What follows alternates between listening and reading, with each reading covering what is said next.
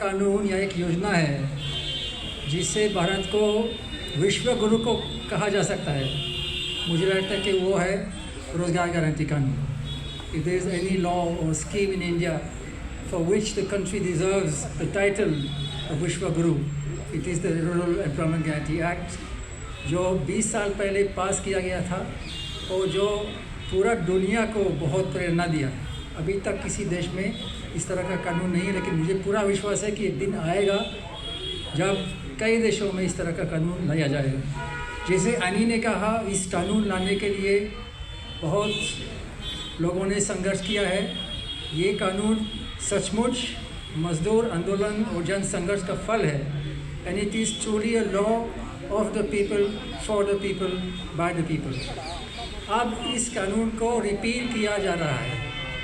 It's not being renamed, not only renamed, and it's certainly not being revamped. It is being repealed. ये मेरा शब्द नहीं है, ये इस नया बिल का शब्द है, सेक्शन 37, पहली बात। एंड इस कानून की जगह में अभी एक सेंट्रली स्पॉन्सर्ड स्कीम लाया जा रहा है at the full discretion of the central government.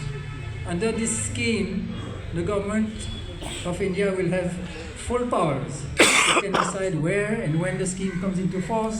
It can decide the financial allocations. It can decide the wage rate. It can decide everything. It has all the powers and no obligations. I don't think this bill puts any single obligation, legal obligation, on the central government. All the obligations have been palmed off to the states, including the obligation to ensure adequate financing. The worst part of this discretion is what I call the switch-off clause under section 4 and 5. The clause which says that the central government will decide where and when this scheme comes into force. This defeats the purpose of employment guarantee. It's like saying, I give you a work guarantee, but I don't guarantee that the guarantee will be in place. This is what this bill is saying. And by the way, 20 years ago, when the original MANREGA bill was tabled in Parliament, and you will remember, the government had also tried to include a switch-off clause. And we fought against it for months, tooth and nail, and then it was finally removed. And that is how we had the Employment Guarantee Act with teeth. Now the teeth have been removed because of all this discretion. And the fact that these discretionary powers may be misused is not an imaginary risk. We have seen how these powers are used. We have seen how the central government has discontinued the MANREGA even for the last 3 years in West Bengal without ever being able to explain clearly why it has done that. Even in the Lok Sabha, the minister could not explain clearly why they have discontinued. So we know the real reasons. The reasons are political, and in the same way, these discretionary powers will be used for political purposes. Just one more point on the content of the bill.